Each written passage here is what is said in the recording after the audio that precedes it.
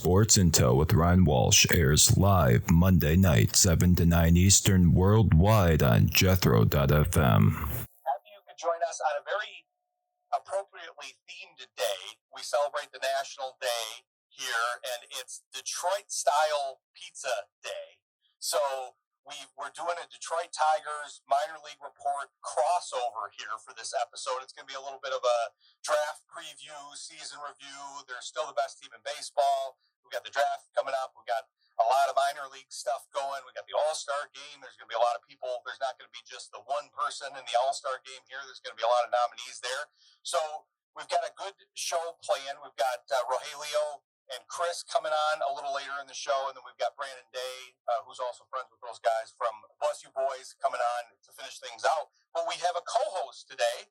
We've got Jayden Hewitt, also of Tigers Minor League Report, who we've talked to on the phone, and we decided to bring him in studio so he can help me out with all this stuff, because I don't know what's going on with the draft. These guys are too young. They're like younger than my nieces and nephews. These people are too young. I can't scout a 16-year-old's curveball. But we'll talk a lot of baseball. But welcome to the show, Jayden. Yeah, thank you for having me on. It's really cool being in studio. This is my first time actually doing this, so I'm really excited to talk some baseball. I could probably do that the entire time if you let me. So I'm really excited to get some talking in about the draft prospects. Like you said, the scouting is kind of tough, especially when the guys are like 16, 17 years old. So, we take some time, watch the video, especially Rogelio and Chris. So those are some great guys to talk to, Brandon as well. So I'm really excited.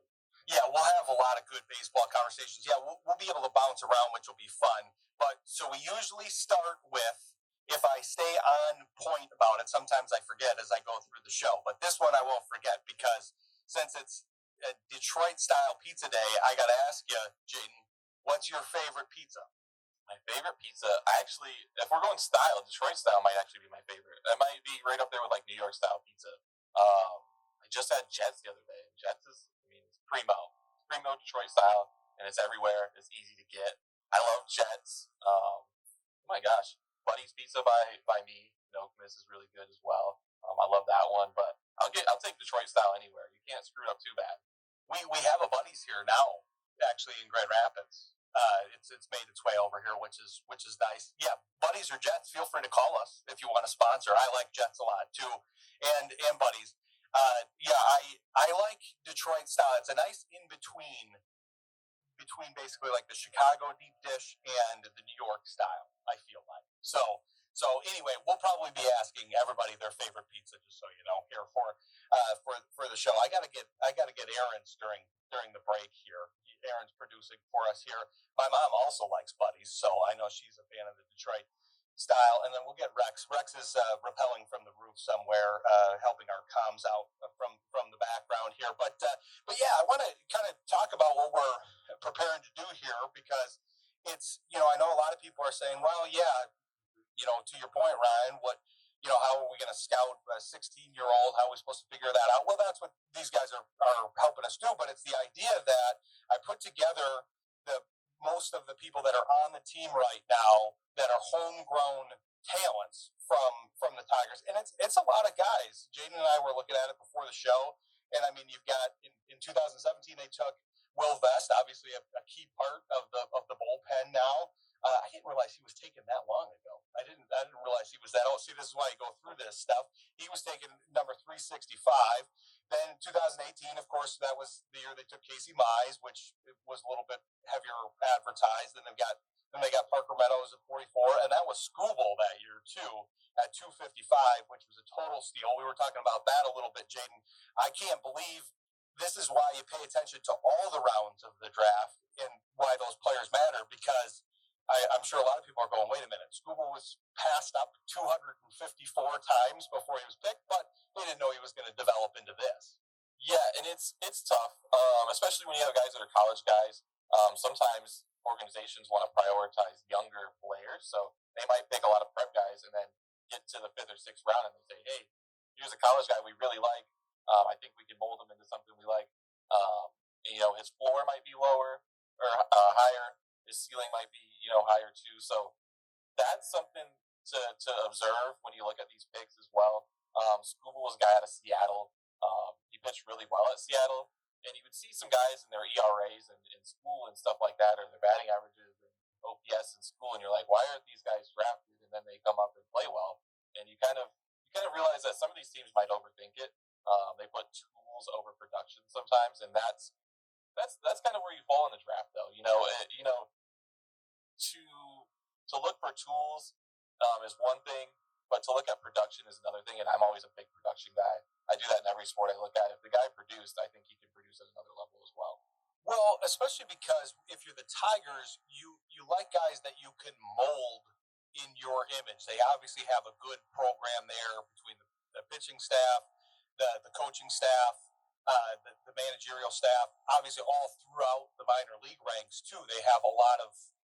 They have a very good system, and so I'm sure they go, hey, if this guy was able to figure out this many things, we can work with all those.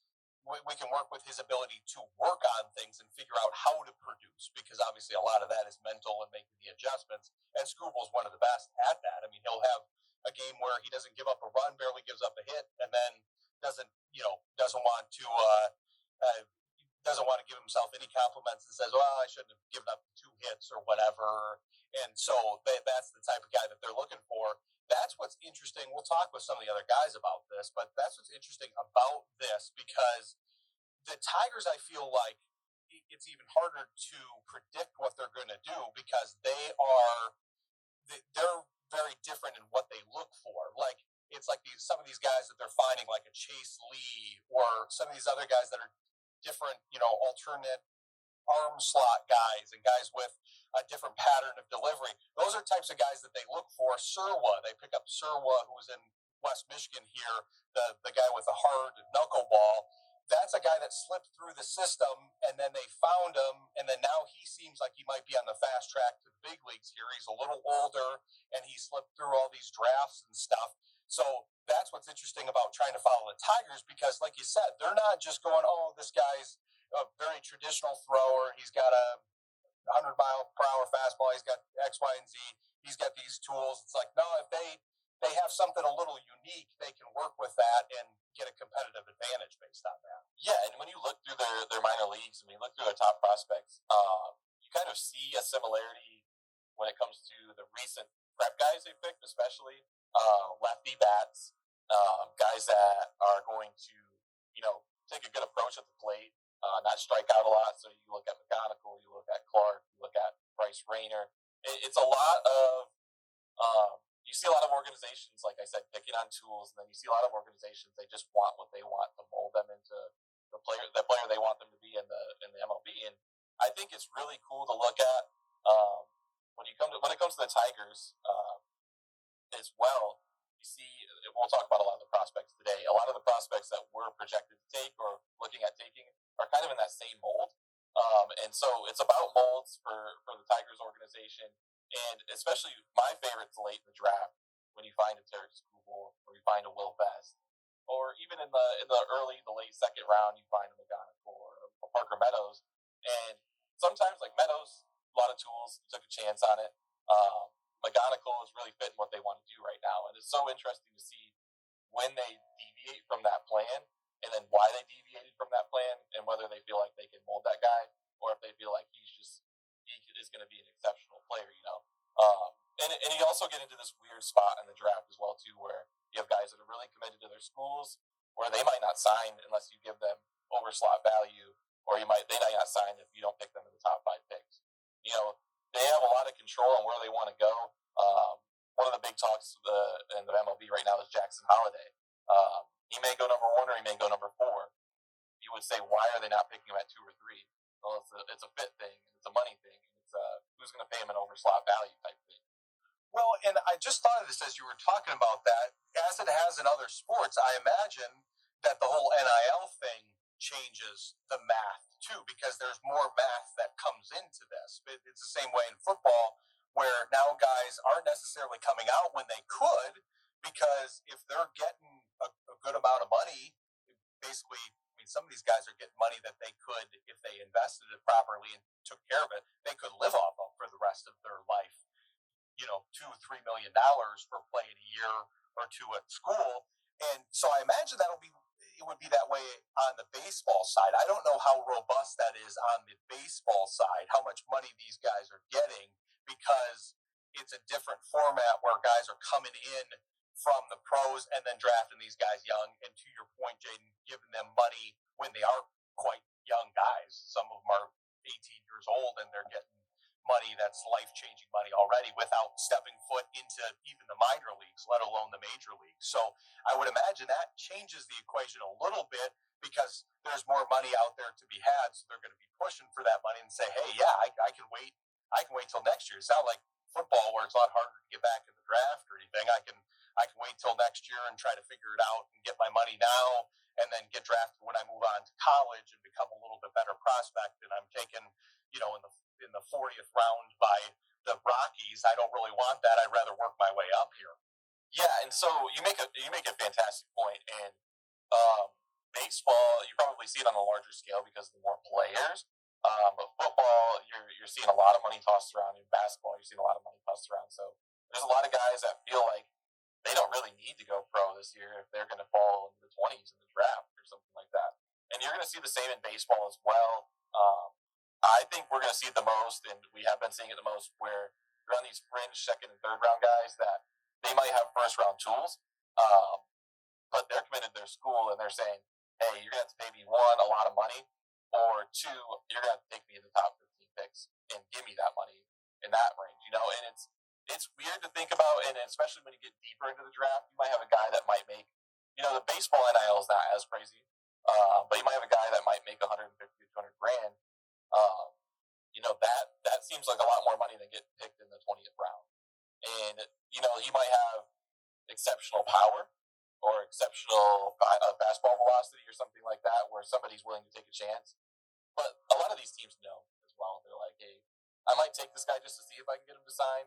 But, if he doesn't sign, it's not a big deal to us. And like you said, NIL is going to play a big part in this. And you might see a lot of guys that hop right back into the draft or hop right back into school because they don't really want to go to the draft unless they get picked super high. And they kind of accumulate more money that way. You might make $400,000 or $500,000, and then you go get a $3 million contract, and then you just made $1 million more in 2 years because you didn't sign. So it is interesting to think about, and we'll try to track that this year. I'm going to be really curious in looking at a lot of the Tigers picks, see if they pick any prep guys that end up going to college because of that reason. That will be an interesting thing to track. Yeah, you're kind of, in a weird way, when you bet on yourself now, you're staying in college to bet on yourself, which is kind of the opposite of how it used to be. Like, well, no, I can make it in the pros. I can make the next step. I can get paid, and I'll work my way up. I may have gotten taken in the second round, but I can work my way to that next contract that's not the entry-level contract.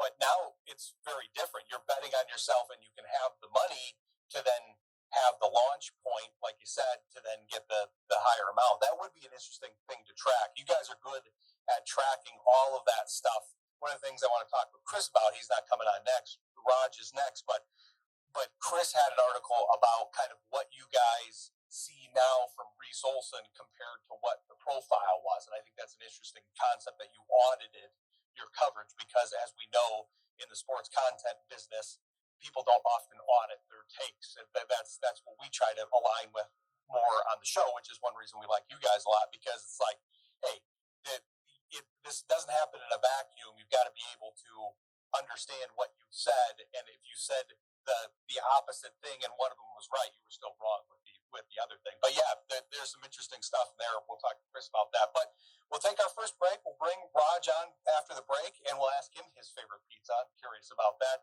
But stick with us. You're listening to Sports Intel on Jethro FM. Jayden and I are coming back here. We got our first interviewee. I'm happy about this. We're starting out with the big dog here. We're starting out with Rogelio Castillo. And we're starting with, in the obvious place, we've got all this Tigers baseball to talk about, but it's National Detroit Style Pizza Day, Rogelio, and I want to know what your favorite type of pizza is.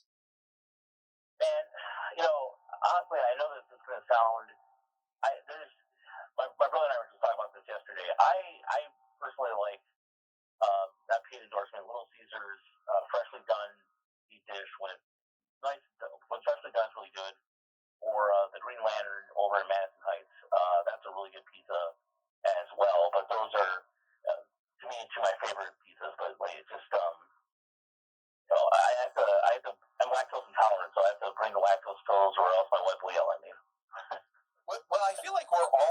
basically lactose intolerant, but we just kind of pretend that we're not. Like, it's just the degree to which we fight through, and we want the pizza and the ice cream, but we're really not supposed to be able to process cow's milk and things made out of it. But Little Caesars is a good pick. I feel like that's necessary, that we have to pick that at least once during this.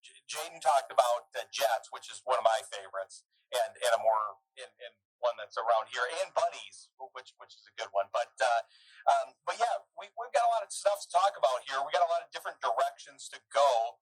I know you'll have to take the lead, Raj, on the draft prospect stuff, because I was telling Jayden that I won't know what to talk about with like a 16-year-old's curveball or whatever. You're going to have to help me with some of the names and stuff. But I wanted to bounce around, and I wanted to use the springboard of one of your recent articles to talk about some of that stuff, because you had a good article on the Rainier injury and talking about, does that change the strategy? And I thought that brought up an interesting point, because for all the strategy that goes into this, and there's obviously scouts year round that scout all this stuff, and you guys cover it year round, and there's a lot of information and things that go into it, but there's still so many moving pieces as you go too, because you draft these young guys, you don't even know that they're going to stay at that position, you don't know how they're going to develop, and so when you think of trying to backfill for somebody like Rainier, who obviously wasn't to the big leagues yet anyways, and they do need some people on the left side of that infield, it's like, well, the guy, even if he's tracking pretty well, isn't going to be there for 5 years, so you don't know what he's going to be in 5 years or thereabouts, something like that. Could be a little bit sooner. But it's interesting to me, because you're trying to plan for the future, but really you're just trying to get guys that hit, not necessarily guys that fill a certain position. Yeah, and it's not like the NFL where, like you're right, you with position, but also at the same time, you look at the protection of things. I mean, if we look at the Tigers' draft strategy for the last several seasons, it's changed quite dramatically under Mark Connor and Ryan Garco, where they are drafting really the high school guys, and they're really kind of emphasizing just if the guy can hit.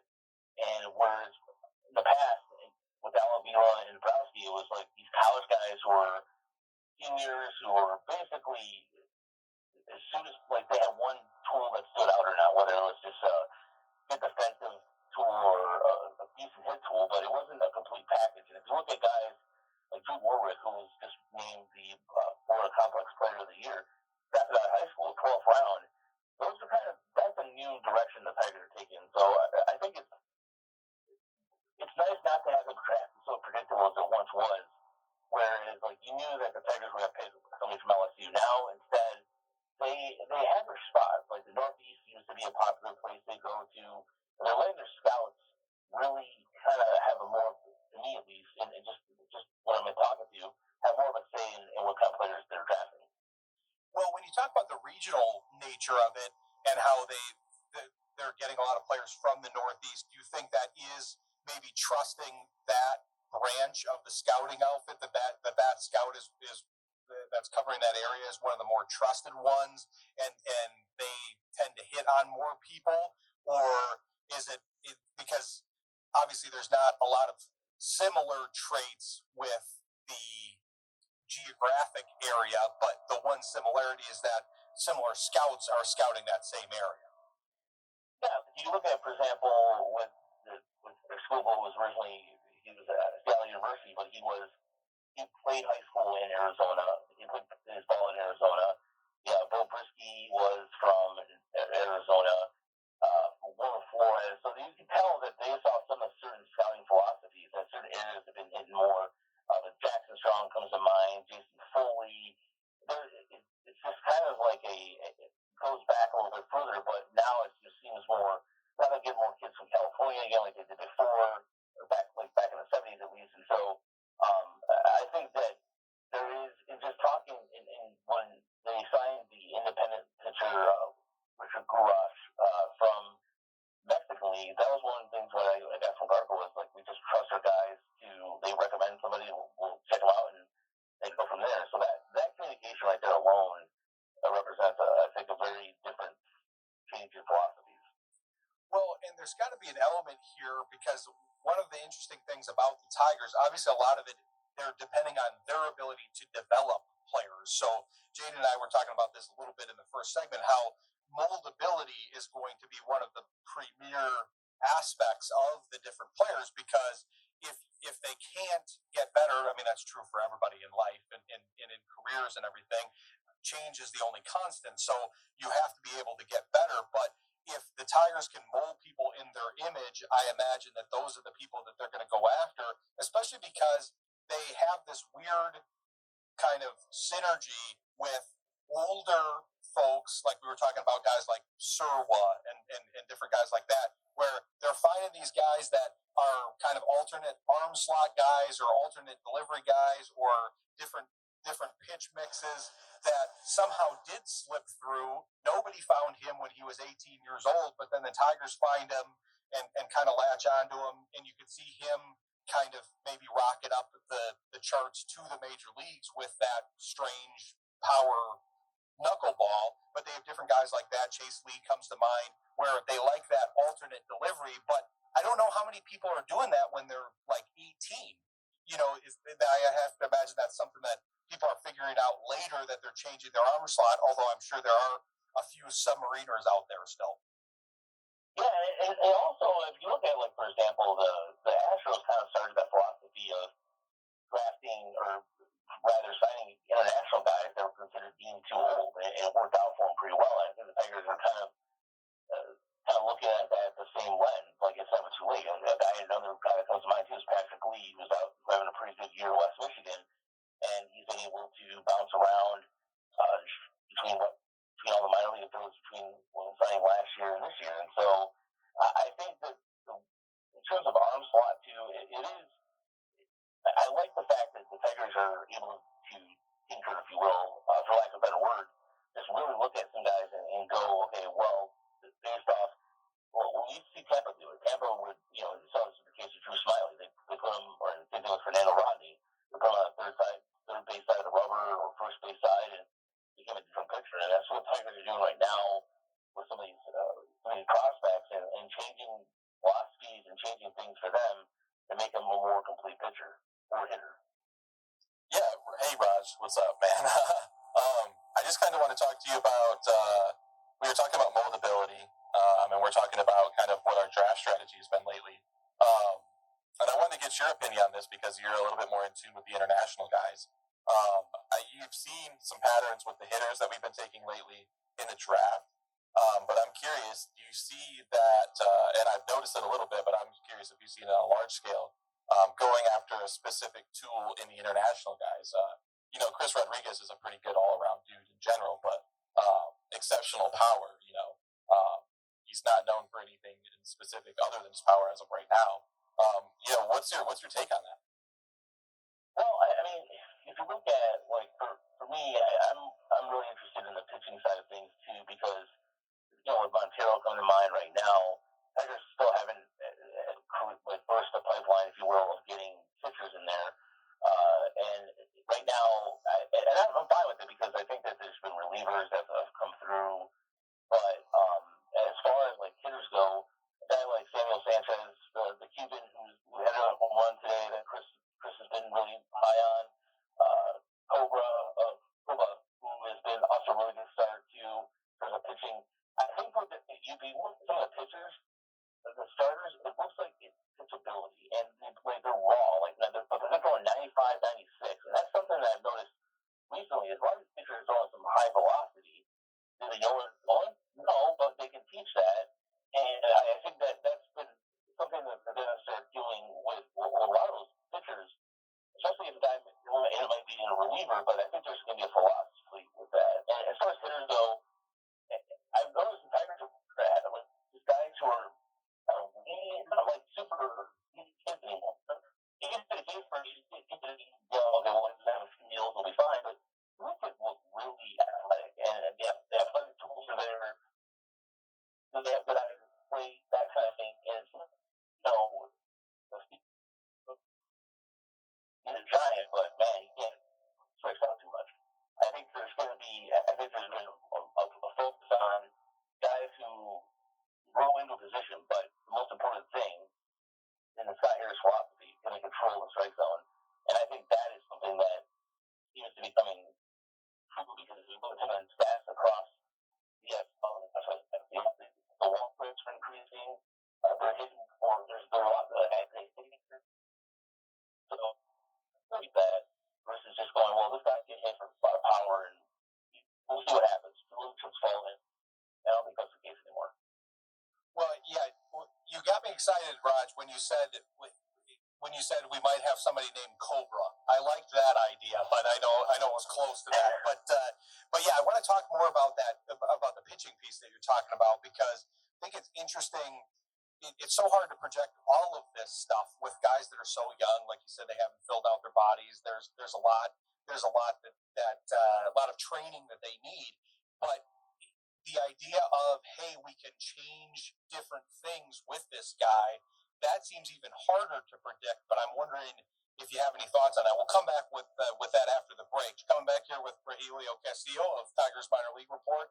Yeah, when you were talking about that, Raj, and you were talking about the adjustments that they make, it brought to mind, I wasn't sure how well you can predict, like if you could say, if they're looking at a guy and they say, well, I like X, Y, and Z about him, but I think he would do better if he pitched, if he changed his angle a little bit or changed where his launch point or whatever. But that has to be a very hard thing to predict because you can't exactly test that before you're taking them. But with how deep these drafts go, you can take a flyer in the late rounds saying, well, yeah, okay, right now in his current iteration, he's not necessarily worth this pick, but if we change this and it takes, then he's going to be a lot better than he's currently projected as. Yeah, there's some, especially when you're talking, like, there's been times where we would talk to guys that would tell us that they would go back to a pitch they had in high school. The organization would say, hey, you do this changeup or whatever the pitch was, start throwing that again because we think that it would play off the lefties or righties or whatever the case is. And so I think that as far as hitters go, that is, I think the biggest thing is that they are now sending guys to clinics that, that the organization are signed off on to work on whether it's just, getting more lift on the swing. Like, we saw that with Winfield Perez and we saw that with Parker Meadows, where they're suddenly getting more air underneath the ball. And so it's just a matter of tweaking little things like that. But for pitching, I think that's why sometimes, like for the case of Chris Rodriguez, I know he was on MLB Pipeline's top 10, and Chris and I were just like, I don't know, like we wanted to see him first. And then, the first couple games was a little rough, and then you're like, oh, but then also you're like, oh, okay, I see why the Tigers signed him so well. And so, because it just, his stride looked a little weird, but it's always about getting that pro instruction and seeing and taking the advice of the coaches and seeing what they can do with it and go from there. And so you want to see it against live action because everything's in theory or, Cape Cod League numbers, everything like that when it comes to, like, for example, one bat leads in the draft. Until they actually get in game action, I think it's really hard to change anything. Yeah, and he highlights, you've got Chris Rodriguez in the folks that missed the top. Well, has the number changed? I'm confused. I know I took issue with the number of the top recruits. It was 46, but now he's got 39 in this article. So now I'm very confused. Yeah. So what it was is that Chris can explain it a little better too. Essentially, we took everybody voting, and so we put together. It went from 46 to 39. So apparently we got pickier among the group of us. So yeah, that's how it's a consensus between their staff, and so it turned out to be the best 39. And then Chris just did a really good article about who just missed. So that's why it was like one of those things with Chris Rodriguez. I still wanted more sample size. I know that I'm picky like that, but it's just I have to see a player play before I can make a decision like that. Well, it speaks to what we're talking about because you have these things are so hard to predict. So if you're also not able to lay eyes on them, I can completely see that. I think Jayden had a comment or a question for you. Yeah, I something that I've noticed that I've done a lot. When I am looking at a guy, especially somebody like that, that you don't get to see very often, especially if they're playing overseas or they're playing in Florida or something like that, is something that's always been translatable to me is, and it sounds kind of boring and simple, but exit velocities can give you a really good idea of what they have. And it's not everything, obviously. Somebody can hit the ball really hard one time and that's it. That might be their max exit velocity. But looking at average exit velocity and things like that too, how often they hit the ball in the air, how often they hit the ball on the ground, those are things that I really like to look at. And I know our opinions vary, obviously, within the minor league report, and that's why we were able to put together these lists that are so good because we have kind of that consensus we come to. But for me, if I can't see a guy a lot, I'm going to look at those rates or those exit velocities because they give me an idea of how strong this guy might be, or does he need to hit the ball in the air more or less? But like Raj said, sample sizes can be really small. So somebody like Chris Rodriguez, who's really, really talented, we don't get to see him a lot, and his sample size is so small out of his numbers that you can't really make a good prediction. So it's almost better to not make such a big jump on him right away, if that makes sense. Well, especially like Raj was saying, like you were saying, Raj. I mean, it's tough given the level of competition with some of these guys too, because they're not necessarily. Baseball is strange that way, where oftentimes when they're in Double A, they're playing against tougher guys than when they're in Triple A. It's not necessarily the level; it's who's at that level at that time, and that's tough to kind of get the median assessment for. So there's so many variables that I get you wanting to kind of distill it down, Jayden, and try to look at something, because it's like, yeah, there are a lot of variables, but I have to analyze this and distill this in some way here. Yeah, and especially with especially when it comes to the Dominican Summer League, because these kids are very raw, and you go to the Complex League, and that's even a jump too, because some of those Dominican Summer kids are not going to make it stateside. This might be their only opportunity, and so I look at it as if the organization is putting him. I looked at it with the Bryce Rainer. They started him at Lakeland. That was a good sign. That was a sign saying, okay, he gets it. He is going to be a quick riser in the system. And maybe a guy like Warwick, for example, because, if you look at the different, when you talk about competition, Rainer played at Harvard Westlake. That California league out there, in terms of level competition, is huge. As far as Warwick played in Illinois, I don't know. I'll be honest, I don't know nothing about it too much, but I'm sure that level of competition played a factor into it a little bit. So I think that, especially when it comes to how the Tigers are drafting prep players, I'm sure that part of the homework assignment for the scouts, if you will, is to check out the level of competition and to see how different that is, comparatively speaking, when they go, okay, so how we're going to apply that to the Complex League or to Lakeland when they first start out. Yeah, I think I would go nuts if I was a major league scout, especially in baseball, because it's like you have to take in so much information. There's so many variables that we're talking about, some of them, and then there's so many picks for the organization. So it's like you follow this thread. I know that's kind of how my mind works anyways, but it's like you follow this thread and you're going out to scout this one guy in this league, and then you're trying to scout the competition, and you're like, wait a minute, how about this guy on the other side? I wasn't too sure about him. Now I'm liking what I'm seeing from him. The expansiveness of the possibilities in baseball are the most of any of the top four leagues, because you just have so many different directions you can go. You got the young guys that are going to fill out. Jayden brought up the good point of, and you alluded to it too, Raj, that you don't know the likelihood of these guys signing. So that's a factor to this. You don't know how their bodies are going to fill out. You don't know their work ethic quite yet, because they're not even fully formed. We're all not fully formed. Our brains aren't fully formed until 26, I think. So it's like all of this stuff and trying to predict it, the position, and all the little tweaks. That one tweak in your bat angle could make a huge difference, or adding one pitch to the mix, or tweaking one pitch. I don't think I would get any sleep if I was major league scout. One other thing to remember, to me, the thing that stands out the most is the fact that here you are with another consideration. You have these colleges now can throw money at kids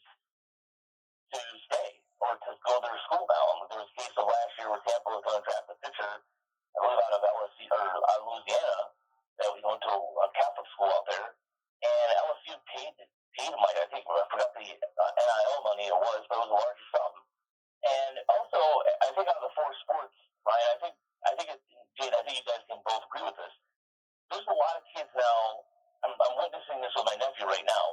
There's these travel baseball is becoming more and more expensive to play, and these tournaments are becoming exclusive where you face off against certain teams, and then you have like these little, I would say, inner battles where you have a certain league that wants a certain team to play and win and what have you, and so all these little things are going into it versus where I don't think you can do the same thing with football or basketball. I mean, basketball, you guys select the tournaments too, but baseball is very niche where you can put together these collective amount of all-stars and really then play against another collective amount of all-stars and really kind of narrow down the field from that. But yeah, I don't like, just get back to the draft. I think that for the level of NIL money too of some of these schools now, that's something to consider. And I don't think the Tigers are going to run in that situation. They'll do the homework, but that's also another factor that goes into it. We were actually talking about that in the first segment. I brought that up after Jayden was talking about the college guys, and I said the same thing. We were talking about how it's constantly changing, and that makes it even tougher because not only has the NIL situation changed, it's going to be ever changing as you're going through this process. So you don't even know what it's going to look like in 6 months. But I think Jayden had a comment on that as well. Yeah, and I think Raj, you made a really good point when it comes to travel ball being so selective and baseball being such a kind of an expensive sport to get into if you really want to get noticed. Not for your prep guys, but for guys that go to school, to smaller schools, this NIL for them, this is going to take them. So if they go perform at, let's say, the University of Ohio, they're going to go take $2 million to go to Tennessee rather than go to the MLB right away as a sophomore. They don't want to. They don't want to worry about that because they've already been, falling through the cracks when it comes through everything. They don't want to fall through those cracks in the MLB. And then you run into the guys that in high school might fall to the 16th or 17th round or something like that. They're prep guys, but they're public school guys, and they didn't get seen. But somebody was like, oh my gosh, look at this kid. We should take him right now. And then they might be able to get lured because they're like, well, I didn't really want to go to college. I just thought people would notice me. Right? So, and it's the same thing with basketball. You're seeing it now where people are just rising through the levels.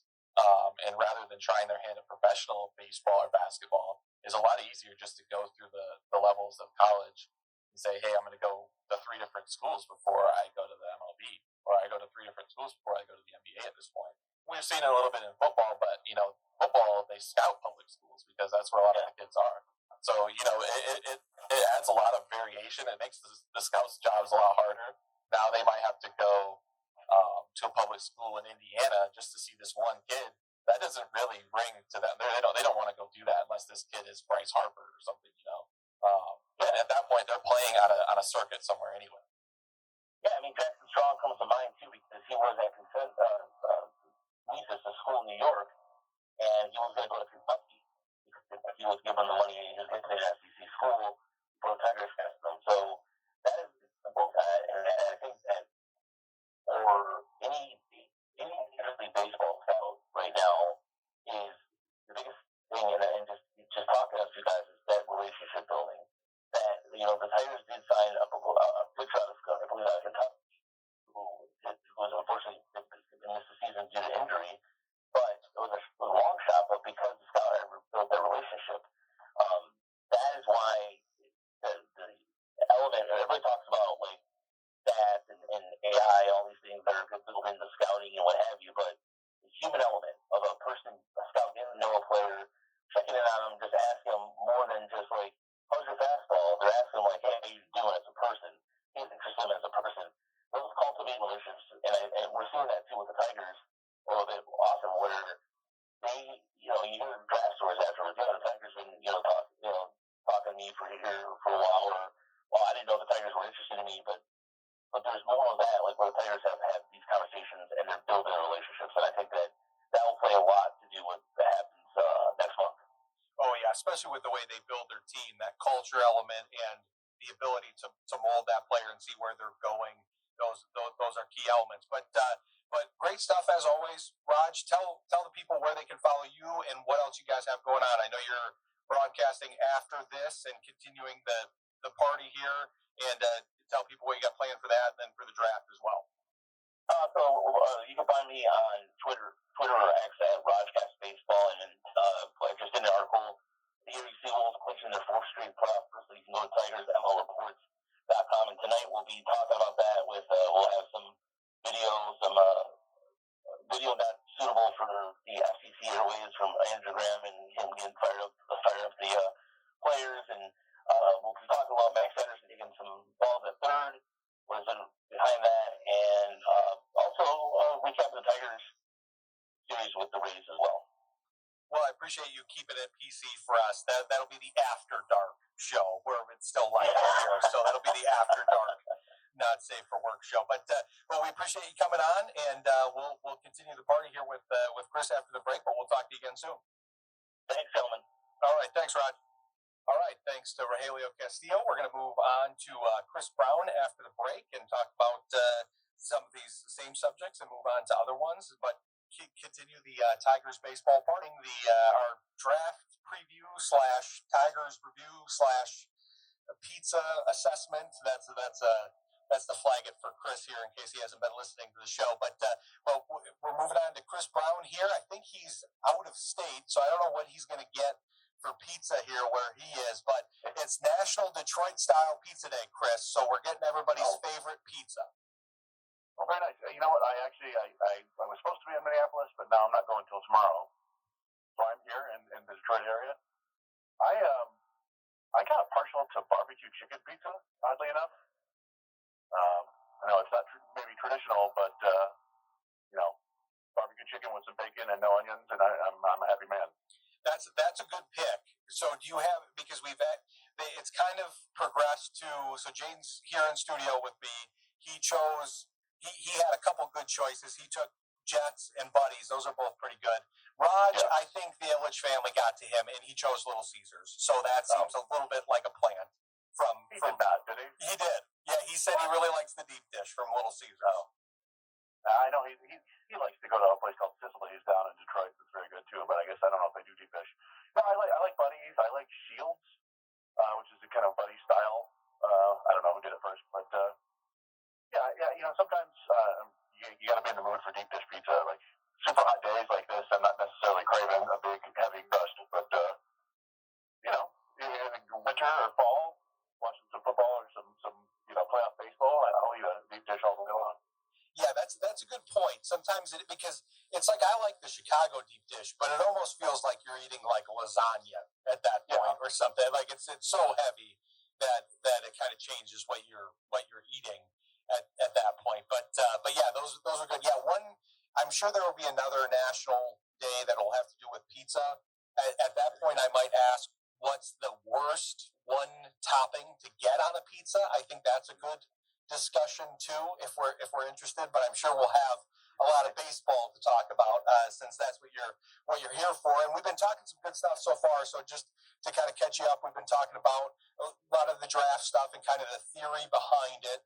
We got into a good discussion that we just dropped off with Raj about, and Jayden and I kind of picked it up during the break, talking about how a lot of this is ever changing. So you're developing relationships with these folks more so than you used to, because I kind of introduced the concept of the fact that, like, I think this would drive me nuts, all these options, all these different variables. I don't think there's more variables than there are in baseball for the four major sports when you're looking at these guys, especially so young.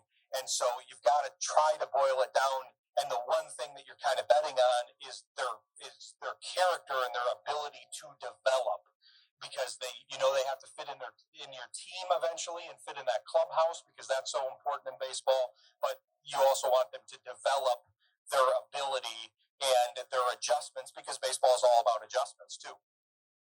Yeah, it really is a difficult thing, and that's one of the my buddy Brandon Day. I don't know if you've already had him on today. He's next. Coming later. He's after you.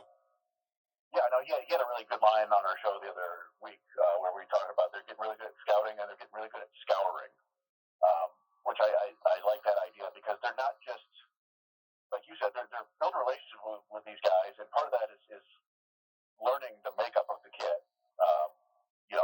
What's their work ethic like? How do they handle failure? What kind of teammates they're going to be? And you can get fooled by stuff like that, but the more you talk to a player, the more you're going to figure it out. And you talk to other people who know them, who might be more candid. But they're also doing a really good job of finding players with upside who aren't going to be that expensive. Like, normally you kind of either go with an expensive high school player at the top of the draft or college players who sign for about what each draft slot holds. But they've been finding these high school players or these junior college players who don't necessarily want to go to college or continue, and they're signing them for a couple $100,000, a little bit more than they're supposed to know that they would normally get. And you're getting a lot of upside with it. And they've done that with a couple players in last year's draft, and I would love for them to continue doing that this year. That's interesting. So, yeah, because we were talking at the beginning of the show about the different kind of competitive advantages that you can find, because that's really, I think that's one of the things that the Tigers kind of specialize in. They've built this somewhat organically with their ability to draft and identify talent, and they don't necessarily have a lot of big names. Now they'll have a decent amount of all-stars this year, so these guys are progressively becoming bigger names, but it's not necessarily, I mean, obviously Scooble went fairly late in the draft. We were kind of reviewing that in the first segment. They were able to identify some talent later in the draft, but I feel like even though there is a lot of scouring going on, there's still a good opportunity to find these different competitive advantages like the Tigers do, finding guys with alternate arm slot or different pattern of behavior that doesn't necessarily fit the mold, but the fact that it doesn't fit the mold is potentially a good thing for a baseball player. Yeah, and absolutely, particularly with pitching. And what we found so far from the Scott Harris, Mark Connor regime, as it were, is that they don't necessarily chase velocity the way that the Dombrowski regime did. They like guys who throw hard, of course, but there's so much more that people understand about pitching now because of all these, slow motion technology and all the ability to track everything. And so it could be, spin rate was a big thing like 10, 15 years ago, and then now it's vertical approach angle and induced vertical break and all these different things. And so what they look for, it seems at least, is guys whose the way their body works or the way the ball comes out of their hand is just kind of an outlier in one way or another. It might not necessarily be a 99-mile-an-hour fastball. It could be 93, but it moves really funny, and they like that. And they take these guys and think they can optimize them and figure things out. Now, they do have a reputation right now of getting good pitching, but it hasn't necessarily worked out for them in the draft over the last couple of years. A lot of the young high school players they've taken have gotten hurt, which is that is just the name of the game, but it's been tough on them. Yeah, it is interesting to run through. I didn't get all the way through the list, but I have the list composed of basically all of the guys that were homegrown talents that they've taken over time, and it's just interesting to see the list and where they slotted in. And I told Jayden at the top of the show that I didn't realize that they had taken Vest in 2017, and taking him late doesn't surprise me. But it's guys like that, and then obviously Scuba was added late. But then, we were talking about this with Raj a little bit. It's like, even obviously you guys cover the minor leagues a lot. It's like Surwa, who was here in West Michigan, the hard knuckleballer. He wasn't really found by anybody, and you look at a guy like that and you're like, how is he not found by anybody? I know people can slip through the cracks, but it's a lot of rounds to slip through the cracks. Yeah, it is odd, and you will find pitchers who, not everybody matures at the same rate, both physically and mentally, or some guys may have the talent, but don't necessarily have the work ethic until it clicks for them later on. I'm not saying anything about Kenny Sora by any means, but yeah, they keep scouring. They've got some guys they've added from independent leagues all throughout the minor league system, and I'll tell you, I kind of mentioned some of these players that they're going and getting in later rounds. There's a kid named Lucas Ellisalt who's down in Lakeland right now. I don't know if he'll be in West Michigan this year, but I would imagine, if he stays healthy, he'll be there next year. And he's got, I think, 13th round pick last year. He's got everything you want from a pitcher except the velocity. He's kind of 91, 92 right now, but he really knows how to spin the ball. He throws a ton of strikes. He knows how to throw a changeup. He does everything well, and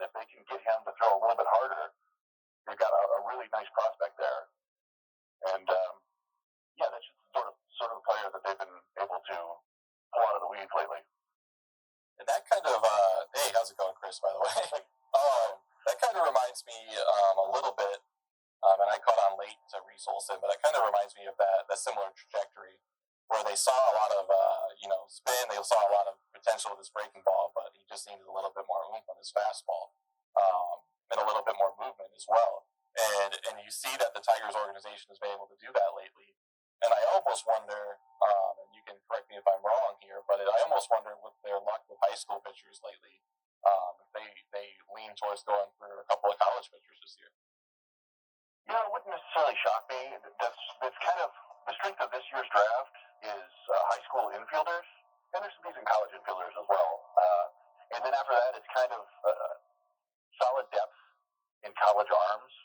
And there are a couple there who might be there at their first pick around 24 that might be really enticing. I don't know if Gage Wood, the kid who threw a 19 strikeout no-hitter in the College World Series, he was, a month ago, he was a second rounder.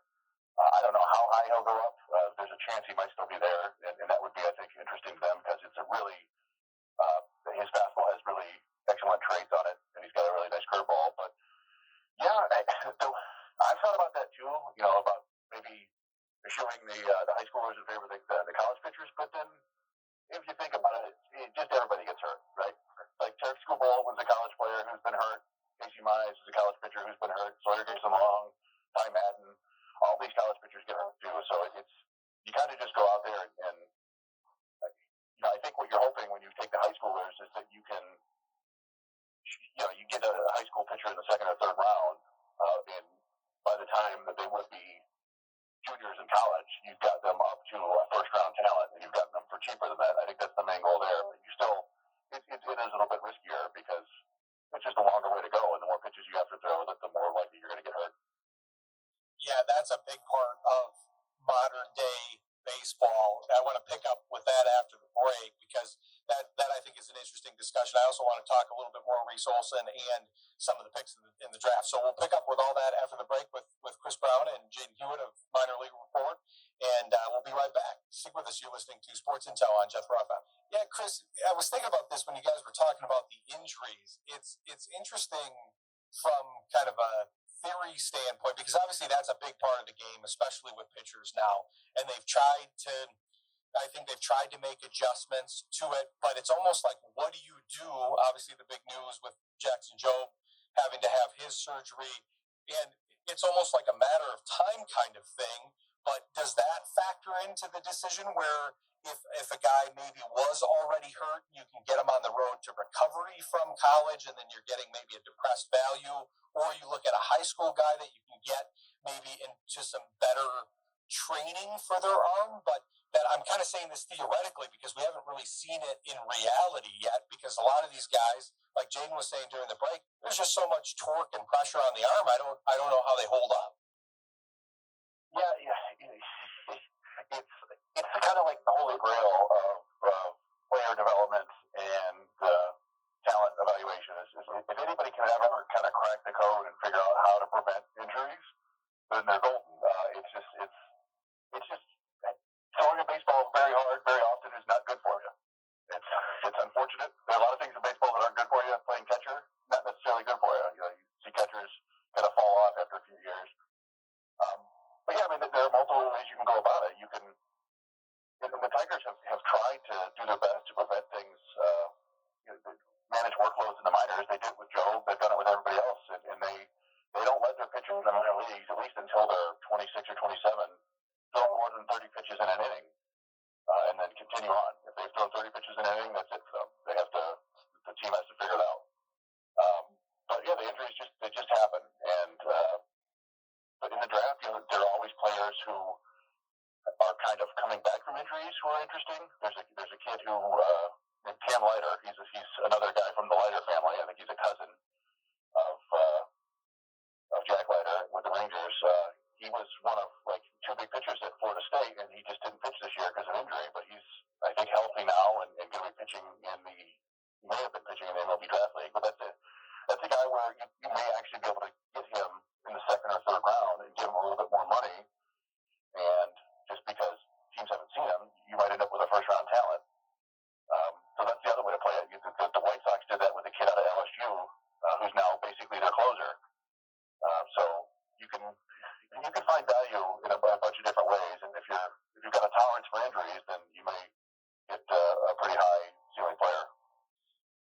especially a team like the Tigers where they do have a pretty robust system. You can't have too good of a system. You always want to stock that talent and have it available for trades or to call people up. Obviously, they've had their fair share of injuries at the big league level already, but they've been able to stem that tide pretty well. But yeah, it just seems like an interesting concept, especially when you're talking draft value. But who are some of the other guys? I want to open it up to you guys a little bit. I won't have any names to throw out there, but that you guys study all this. Who are some of the other guys that you think might be guys that you'd kind of be interested in the Tigers taking at the draft slots that they're at? Because like you said, they're a little bit later, which is good because that means they play a little bit better here. But it sounds like from your article, Chris, that it's a draft that's not as good at the top, but where they are, there's some interesting talents there. Yeah, I mean, I mentioned that the strength of the class is kind of these high school infielders, and one thing that I've been kind of dreaming on here is, Mark Connor, their scouting director, came from the Padres, and one of the last drafts he managed for them there was where he got Jackson Merrill with the first round pick, and then James Wood with their second round pick in the 60s. And both of those young guys have looked like future stars. And, they were able to use James Wood to help land Juan Soto. And there are two players in this draft who have very similar profiles to those two, and about the same range the Tigers will pick. One is named Josh Owens. He's a left-handed hitting shortstop from Tennessee, who seems to be climbing up draft boards pretty quickly right now. He may be there for them at 24,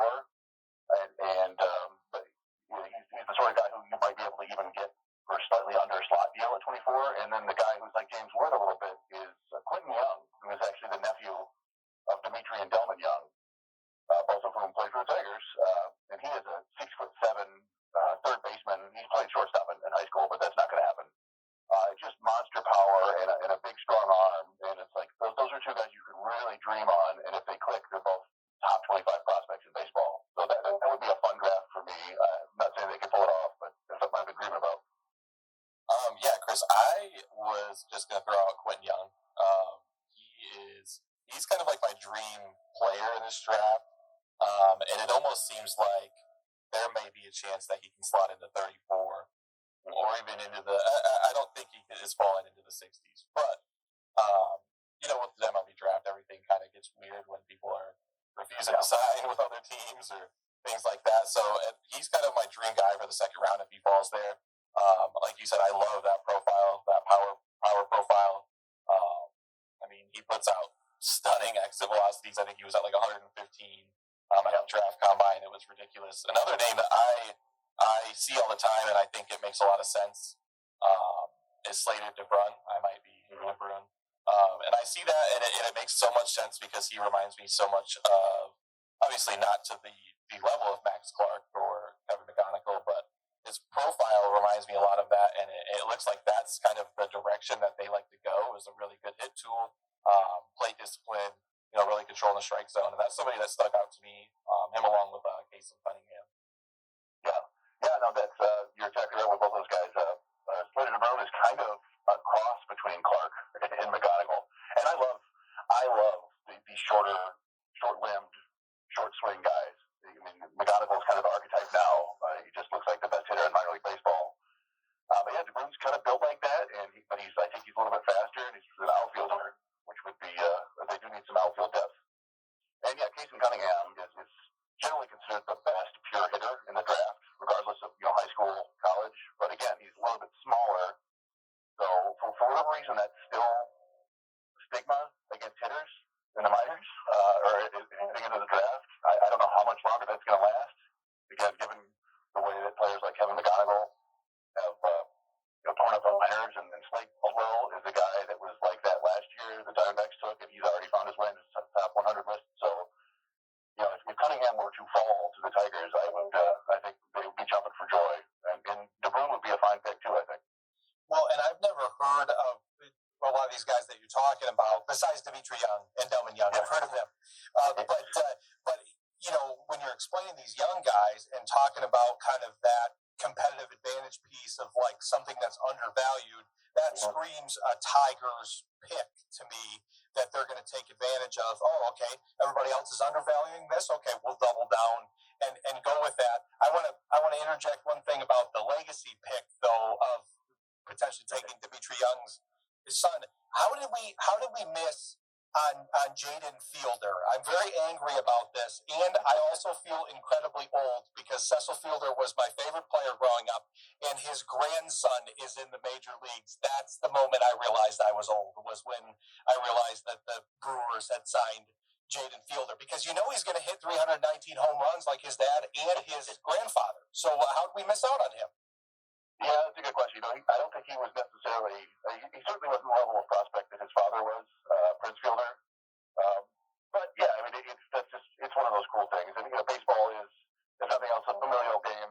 Like you mentioned, I grew up around the same time as you, and it was the Alomar family and the Ripken family and the Boone family and all these players. And you got Miguel Cabrera's kid coming up through the system soon.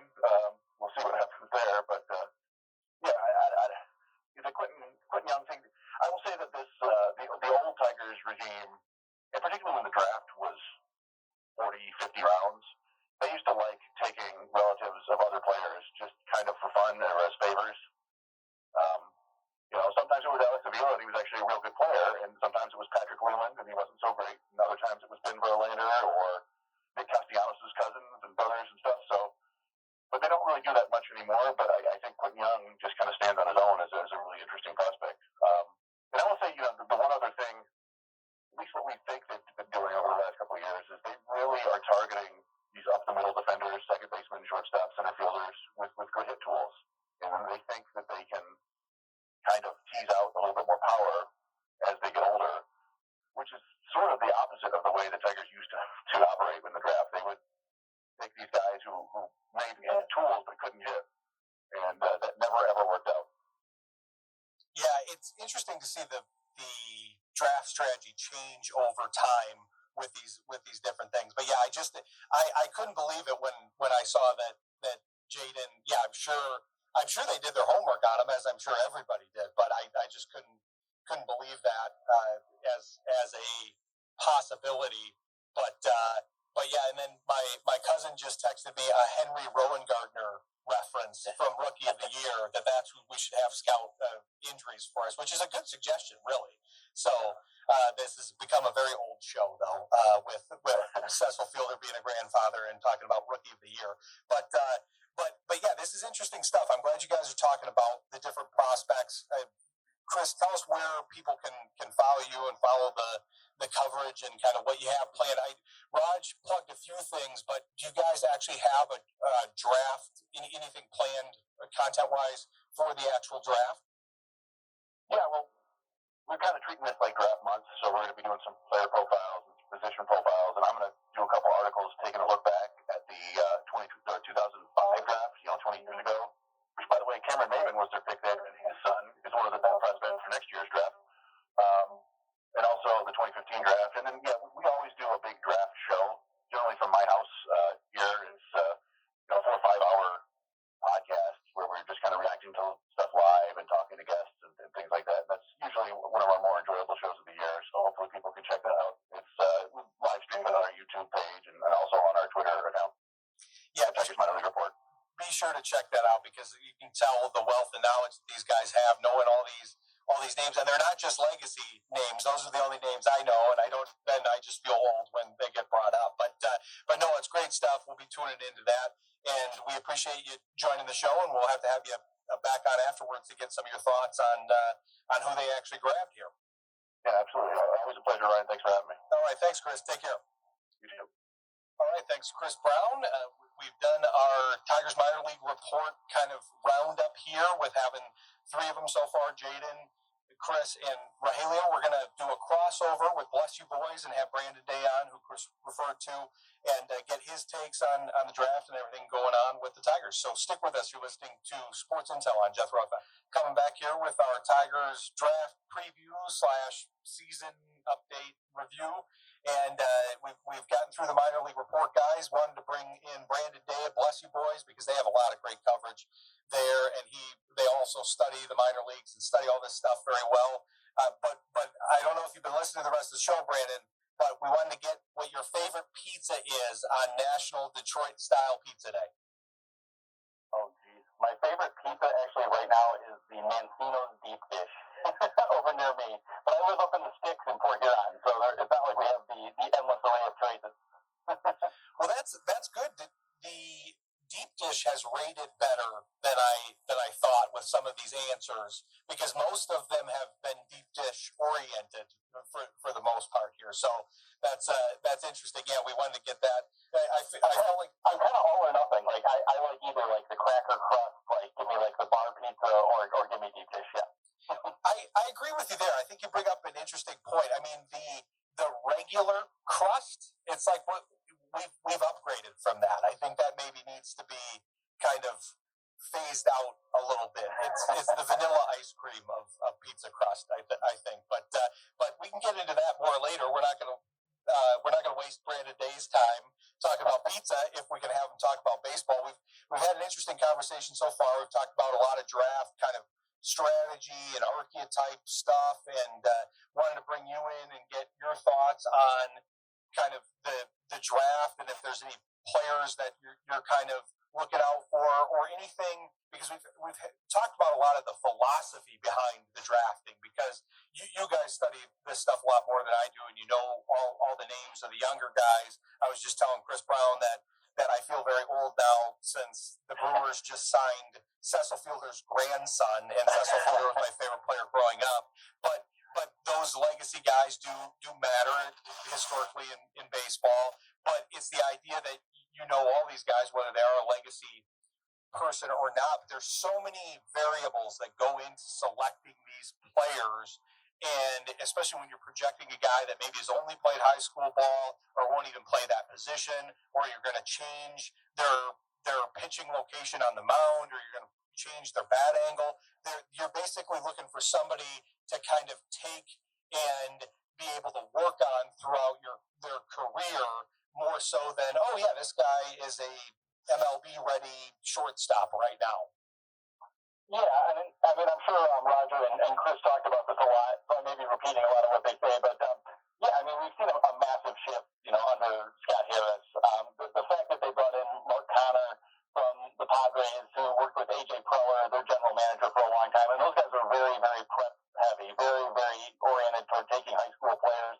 The same is true with the Rays, and that's, of course, where Rob Metzler, who runs the overall scouting department, comes from as well. So we saw this huge shift to where the Tigers are, going after, obviously, Bryce Rayner last year, but they also took a bunch of prep pitchers last year, Owen Hall, Zach Swanson, Ethan Scheffelbein, and I think that, in terms of the pitching, the Tigers have just kind of decided we're going to get the most, raw talent we can before, any college coach has a chance to mess with them, to wear them out, to overuse them in games that don't matter to us, but maybe matter to the school, all those sorts of things. And I think that, overall, the Tigers like to get those guys in young before they really had, either bad coaching or just been overworked, or before they're just exposed enough to the industry to where everyone can see what they've got. And the big change that's come with them, with the StatCast data and all that, has really finally, kind of fed down to the draft area now in the past 3 or 4 years, where everybody has all this data on these guys. And if,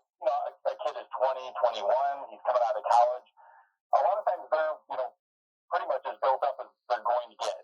And the place to find really big wins, inevitably, is in the prep ranks, where you can find a guy who maybe hasn't, fully filled out yet, maybe had other things going on in high school and didn't necessarily focus on it. Maybe plays for a small school. The Tigers have done a really good job, even under Al Avila, scouting the Northeast and a lot of smaller colleges, and finding guys who are talented but maybe didn't have the coaching and the focus on them, and just had to kind of settle for a smaller school. So all these things sort of play into it. And one thing that the Tigers have done really well is that, on top of understanding all the data really well and being able to tell, okay, this kid, we could improve his induced vertical break on his fastball, turn it into a better riding fastball. He throws his curveball this way. We think if we tweak it this way, he'll get a lot more break and a lot more swings and misses. They can project a lot of those things. But the Tigers have also kept a really strong cadre of scouts, which a lot of teams have not done. A lot of teams have moved away from traditional scouting over the past 10 years. The Astros were kind of a poster child for this, but a lot of others have as well. And a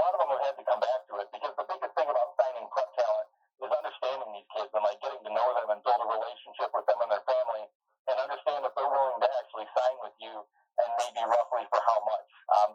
That's the real secret intel, the real secret ingredient in the Tigers draft strategy, and all the teams that kind of draft like the Tigers do, the Padres included, is to understand whether or not this kid is signable, what it's going to take to sign him. A lot of other teams might waste plenty of time on guys that ultimately are going to hold out for too much, bonus pool money. They are actually pretty set on going to college, and you have to have that relationship and actually still understand the player where he is, rather than just having all the numbers on him to be successful in the draft nowadays. Yeah, there's a lot of interesting stuff in there, Brandon.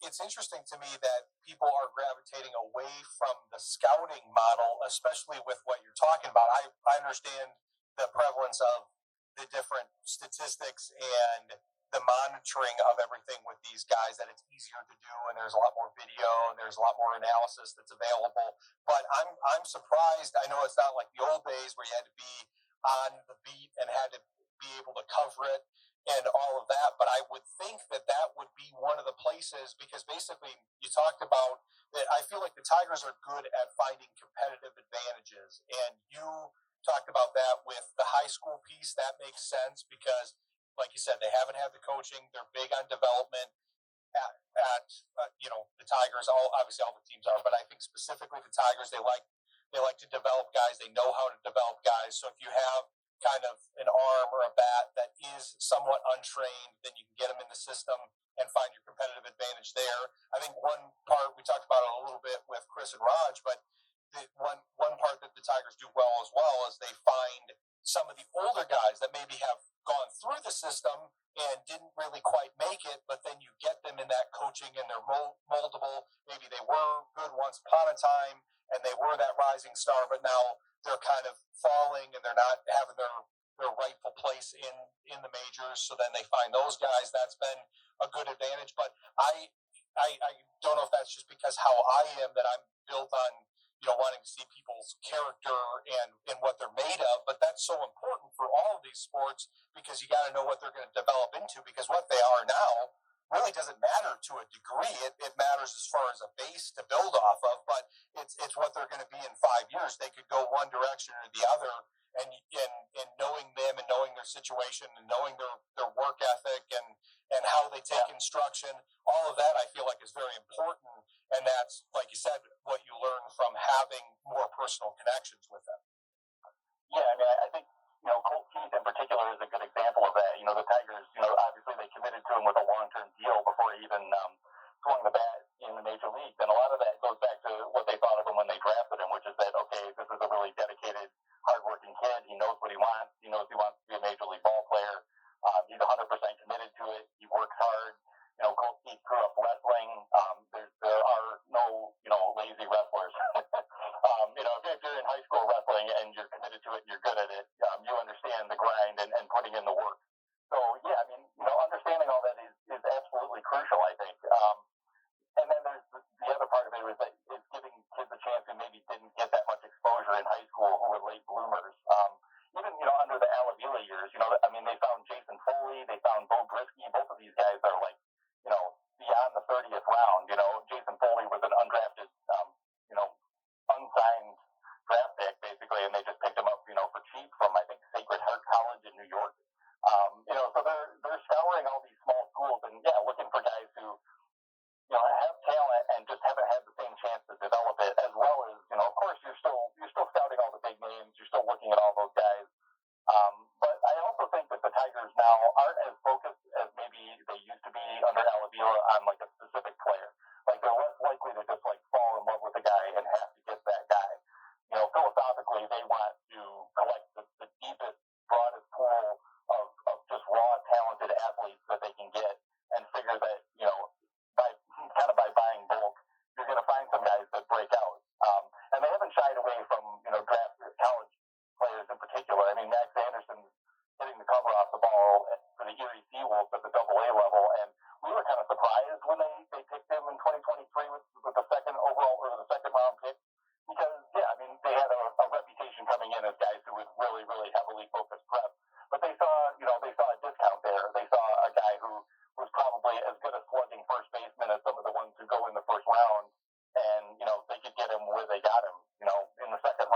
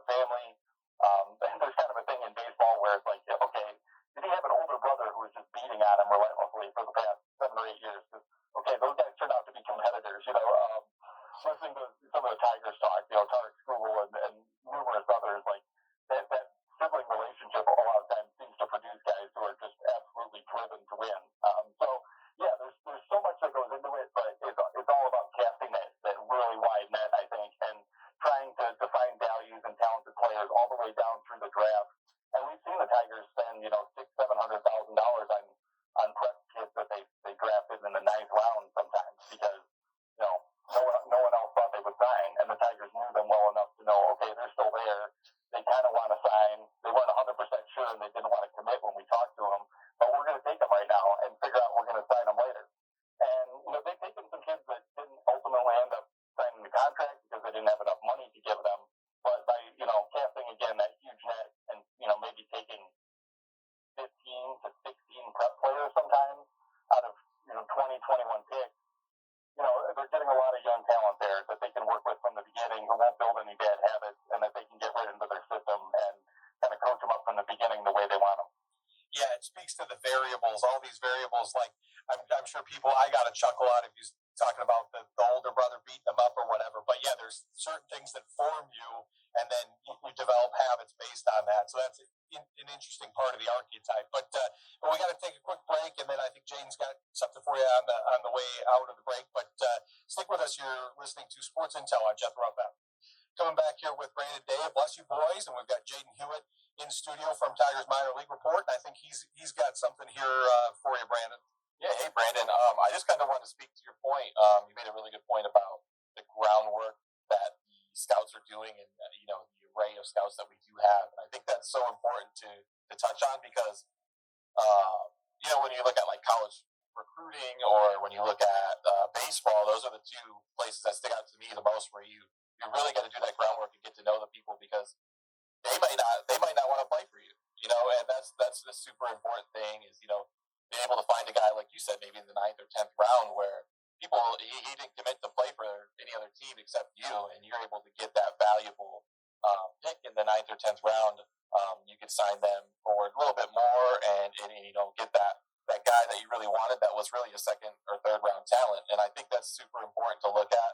I think, the backtrack in scouting, especially going to more of the eye test once again, rather than just going off of statistics or your inverted break or your spin rate. I think it's important because you really need to see these guys in person. And I talked to a scout for the Rays at a Lugnuts game not that long ago, and he didn't have a laptop or a phone. He just had a pen and paper. And I think that's so important that those guys are still around because they've done that for so long and they've been able to talk to these guys' families. And he said that was his whole job that day is talk to this guy and see if his swing looks good. And I think that's an important thing too that I really appreciate with what the Tigers are doing. And you made a great point. I think that's important.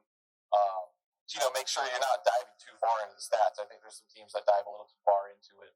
And, there's certainly some teams with interesting draft strategies, the Angels, to name one. They'll just draft an impact guy and you'll say, go play a few months later. It's worked out so far for them, but, it might not at some point. So, yeah, like you said, I really appreciated that point there. Yeah, the top guys that have worked out, NATO obviously worked out, but I'm not so sure about the rest of their draft strategy, but it is interesting how certain teams will still, kind of really stick to what they've done even when it hasn't necessarily worked in years past. But yeah, it is good to know, I don't know if they're still driving, a whole bunch of Buicks all around the country, like 100 different, middle-aged guys traveling from, high school game to high school game with, living out of their car. But like you say, you have to know the kid, and you also have to know the context that he's coming from. There's obviously a lot of helicoptering or a lot of parents who are, super involved. All these kids are coached on what they need to say and, how they need to act and how they need to, look and their body language, all that kind of stuff. It's like, trying to get into college, except that the college is going to pay you. So, there's a lot of that you have to be able to sort through and actually get down to, does this player, when he's in isolation and away from his family and he's put in with, all the best talent his age that we can put together in a draft class, is he going to thrive there or is he, going to feel like a fish out of water? You also have to look for all those intangibles that are sort of beyond like his actual skills. Like, does he have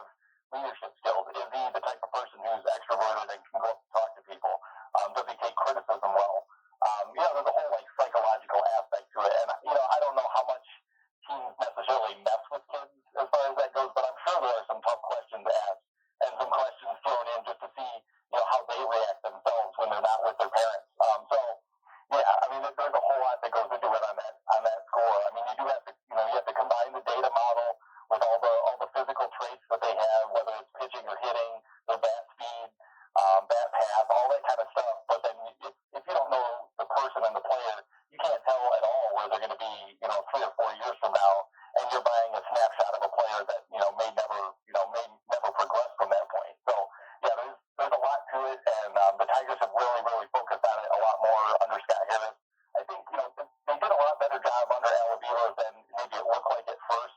The first few years when he was in charge were pretty bleak, but the last couple, 2020, 2021, 22, there were some misses, but they did better. You could see them casting that wide net a little bit more, and the benefits of having a lot of people still on the ground doing the legwork. So they just kind of carried that forward with a draft strategy that is just going to tend to be a little bit more prep heavy.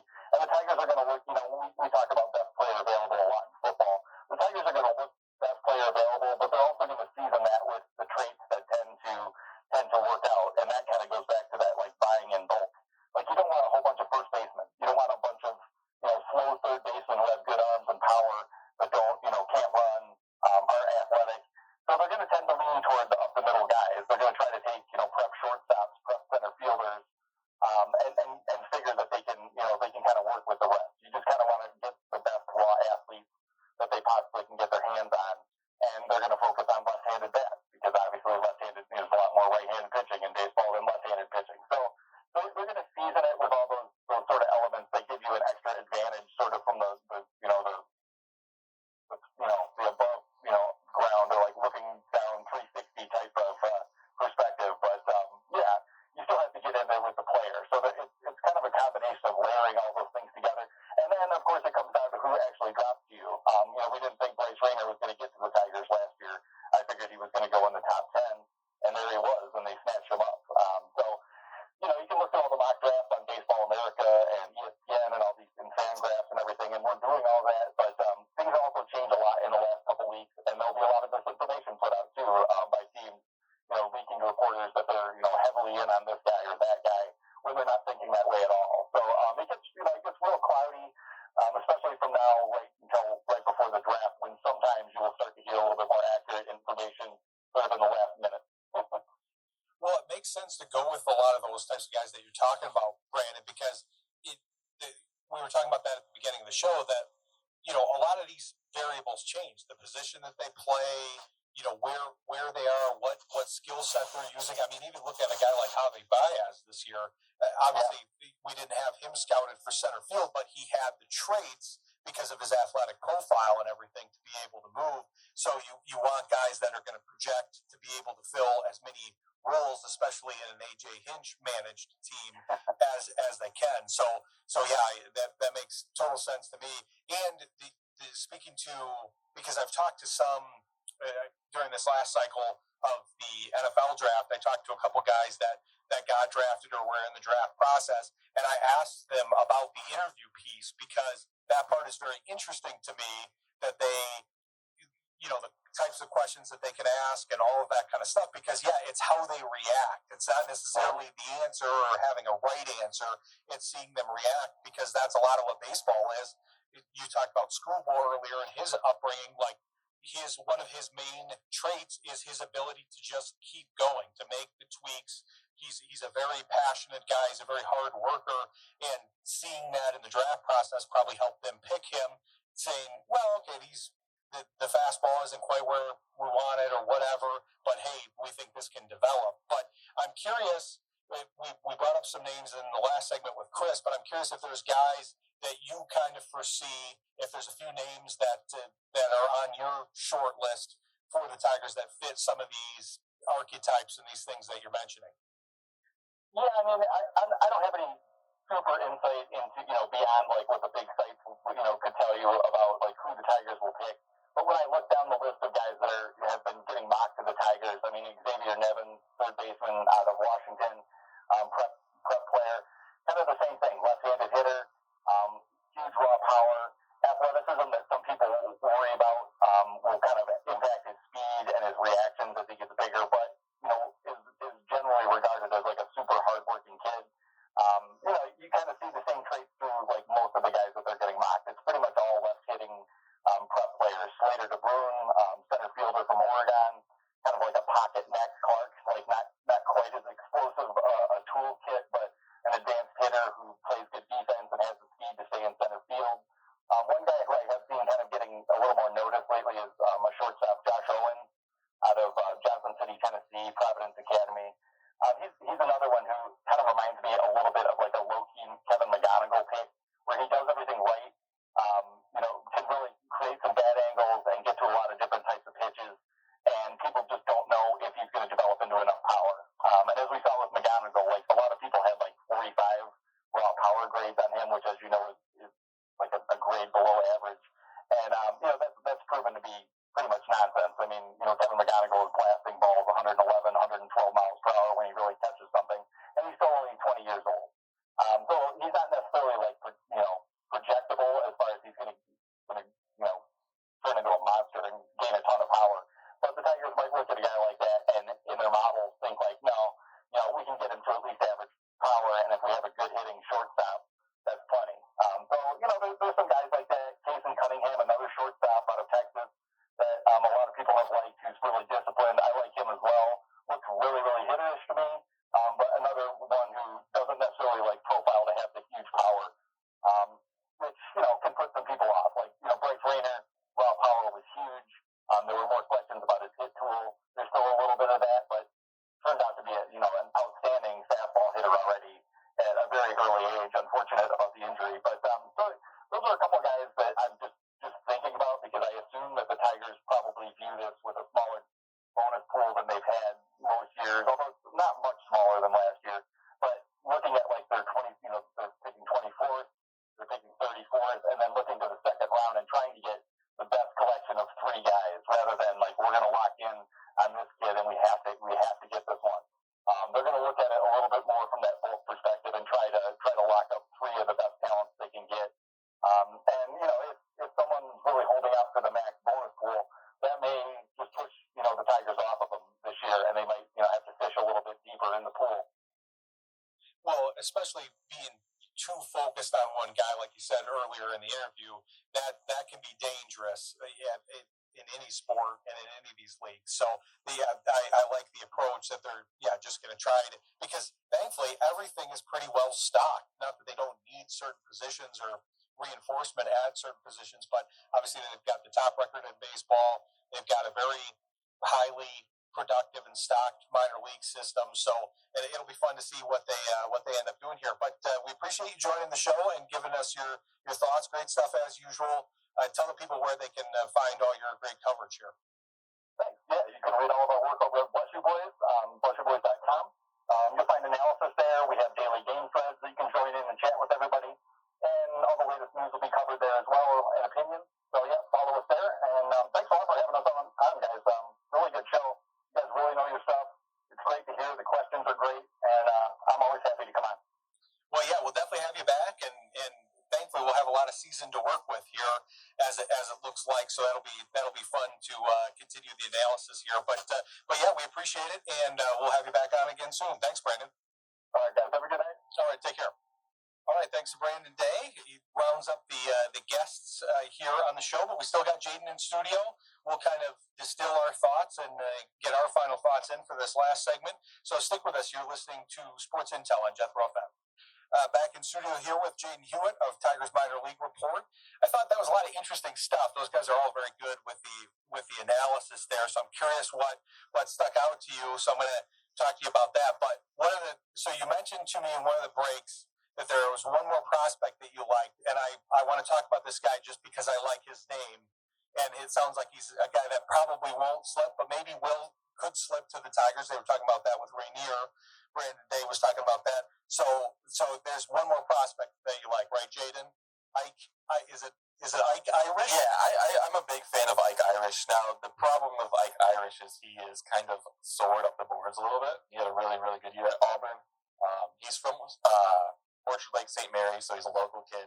So that always makes it a little bit more intriguing, right? But he is probably going to not make it to the Tigers. Now, if he does, that would be great.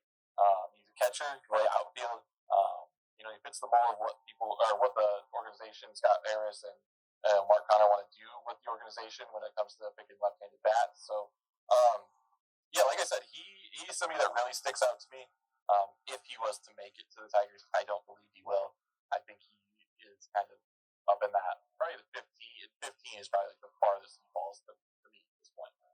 See, somebody with some Irish heritage, I just like the idea of Ike Irish playing for the Tigers. I had this scenario. I interviewed on our other show on the station, on the Sports Project. I interviewed the Notre Dame rugby coach, and I threw him a curveball because we were talking about his team. They had just won the big tournament. And there was a guy that they were talking about. I didn't know the team rosters that well. So I was trying to study him, and I was watching that tournament to prepare for the interview. And there was a guy that was named Cormac O'Flaherty. And I was like, this is a perfect guy to play for Notre Dame rugby. I can't believe this guy plays for Notre Dame rugby. And he played for Oregon. I was very upset. He was actually on the Oregon rugby team, but that's neither here nor there. But Ike Irish should have gone to Notre Dame too. But what stuck out to you, Jayden, of some of the things that we were talking about during the show and all that? Because Raj, Chris, and Brandon all had great input there. Yeah, and I think there was a theme, right? There was a theme about what the Tigers like to do and what they think they're going to do, and a lot of it is the Tigers like to bargain shop later in the draft, and I think that was kind of a theme that everybody mentioned. Chris, Raj, Brandon, they all mentioned that. They think they might sign some guys later in the draft that really are valued a little bit higher in the draft. And I think the same thing, and I that really stuck out to me. And obviously the Tigers' approach to scouting, not just being data driven, and being a more personal approach to it. Obviously, still having that data, they're really into it. Obviously, we know AJ Hinch and how he is. They're not using data, right? So I think it's really important to blend the two. And a lot of the prospects that were mentioned as well really fit what I think the Tigers are going to do in the draft, and are names that I came up with myself. I have a few that weren't brought up that might slip a little bit later in the second round that I really like as well. And I could talk about them a little bit if we got time to do it. So, well, yeah, I want to seize on a point that you were talking about, because it's interesting. I didn't know that about the scouting turn. I know you were nodding when Brandon and Chris were talking about that, so you knew about kind of the turn away from the in-person scouting. But it seems to, because it's true with basically all facets of our lives. Like, we have more access to information than we ever have in human history in general, but then there's false information, there's different things going around. But you need to combine that with the human element. If you lose the human element, then that information doesn't really do you a lot of good, I think, in most cases. So I like that the Tigers are at the forefront of still trying to use both facets, because we all know Hinch likes to use a lot of information, but he still uses his gut a lot too. And so I like that combination. But yeah, I'm curious about your the other folks you've been scouting. So put some names out there. Yeah. So one that I've seen lately, Andrew Fisher. He's from Tennessee. He's 21. He's a little bit older. So, and a lot of the news that's been going around lately is that the Tigers may end up taking a prep guy and a college guy. First, second round. Obviously, it doesn't really matter what order that goes in, and it also depends on who falls. But I looked at him a lot because I was like, okay, let me look at some college guys. I've been looking at a lot of prep guys because that's been the draft strategy lately. Andrew Fisher, big power profile. He hit really well. He stuck out a lot in the SEC, and he's been really falling into the mold of what the Tigers like to do at the plate discipline-wise. And so I think that somebody, he was mentioned the other day in a mock draft, and I think, when I did my research on him, I was like, okay, I actually like this guy. But he's a little bit older. He's not a prep guy, so we'll see if that's something they'll go for. That might be a cheaper option, because usually those guys are going to sign for slot value. So I think if that's what they're looking to do, maybe go a little bit more expensive in the second or third or fourth round, maybe with prep guys. That could be somebody that sticks out to me. Obviously, like Chris mentioned, I loved Quentin Young. I loved watching him. And then Nance was mentioned, Xavier Nance, he was mentioned as well. I really like him. And then I want to throw another plug out there for a pitcher. He's a college pitcher, and that's why I was kind of hoping we go with a college pitcher this year. And I had the chance to watch him a lot covering Michigan State baseball last year, and he had an even better year this year. Joseph Giroux, he's 6'8", 200 pounds. He got a really funky arm slot, and I think that's somebody that, he kind of fits. He doesn't fit the mold in terms of going for prep, right? But he has some stuff that I think kind of, he's not Terry Scoop. Let's be honest here. But he reminds me a lot of what that could be. He could be like that. He could gain 3-4 miles an hour on his fastball. He's got a lot of movement on his fastball. And I think that, with his control around zone, developing some better breaking stuff, that he could be somebody that kind of fits that profile of what they like. Now, whether they do that or not is a different story, because, like you said, they love drafting high school pitchers, and I can't blame them, because that's you're waiting for an arm injury at some point, right? And so if you draft an 17, 18 speaking of what Brandon was saying, there's some interesting things in there, Jayden, because I see what you're saying, but I could see them kind of separating their strategy a little bit and having, trying to kind of defray that a little bit and having somebody from the prep side, somebody from the college side. So yeah, there's two guys in there that kind of peaked to me. One, the 6'8" guy, how he's 6'8", 200 pounds. I'm not really sure. He's got to fill out a little bit, I guess. But the idea that he's got a different arm slot there, and there seems to be a lot to work with for the Tigers. So that seems to be a guy that could be highlighted. And you brought up a good point that I don't know that we've talked about enough on the show, which is plate discipline is huge for the Tigers. And that seems to be something that's hard to look for at this level because younger guys aren't inherently going to have as good a plate discipline. They haven't seen as many pitches. They haven't been to the top level of coaching and pitching and all of that kind of stuff. But if you already show a predisposition to that, I have a feeling that the Tigers are going to be pretty interested in it. Yeah, and when we look at every person that's been mentioned so far as a hitter, they all kind of fit that mold of controlling the strike zone. They don't strike out a lot. They'll take their walk.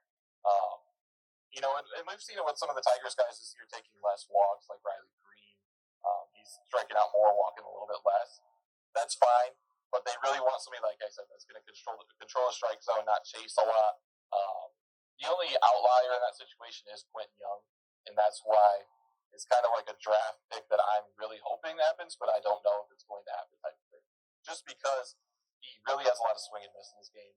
And that's a workable thing, but they've had this similar pattern over the years that they've been drafting with. Fisher, Mayans, they both fit that profile as well. Even though they're bigger power guys, they do control the strike zone. They do take their walks. And, it's all about getting on base, and it's mentioned in Moneyball, and that's where everybody figured it out, right? Like, he gets on base. And that's really an important thing to mention is obviously, there's more to it than that. But the guy's willing to take a walk, and he's willing to have a 360 on base percentage, but still only hit 220 or 230. That's okay, because that means that they're getting on base. They're still adding value to the team. Now, a lot of these guys like Jason Cunningham, Slater DeGrun, I think they're going to be near 300 hitters at some point in their career. I don't think that's their profile. But some of the bigger power guys, you might have to sacrifice a little bit in the average category. And, for the listeners that really still pride themselves on batting average, that might injure them a little bit, but that's all right. The OPS is still high. That's fine with me. Yeah, it's part of the modern day game at this point. But yeah, I'm in for getting Dimitri Young's relative. Since we can't get Fielder's grandson, we'll have to wait for his great grandson, I guess, who'll be in the big leagues in 3 years or something at this pace. But we appreciate you joining the show, Jayden. Thanks for coming in studio and hanging out with us and the great input on all this stuff. And we'll definitely talk to you more after the draft and get your assessment once you're able to kind of distill and take in a lot of these guys here. Awesome. It was great being on the show once again. I really appreciate it. Talking baseball, I could do it all day. So whenever you'll have me back on, I'll do it. We'll definitely have you back. It was a quick 2 hours, and so we got to close out the show here. But want to thank Jayden, want to thank Chris Brown, Rogelio Castillo, and Brandon Day from Tigers Minor League Report and Bless You Boys, respectively. We appreciate them joining the show. Appreciate Aaron keeping us on track here. And Rex has been in the background. I'm sure we'll hear from him more. Tune into our show next week from 7 to 9. We'll be doing another draft-related show, I believe. We'll be doing an NBA draft review, I think, because we got a lot of drafts going on. And be sure to tune in to the Sports Project from 7 to 9 on Wednesday and 10 to 12 on Saturday. Until then, stay informed and stay vigilant. Have a good week.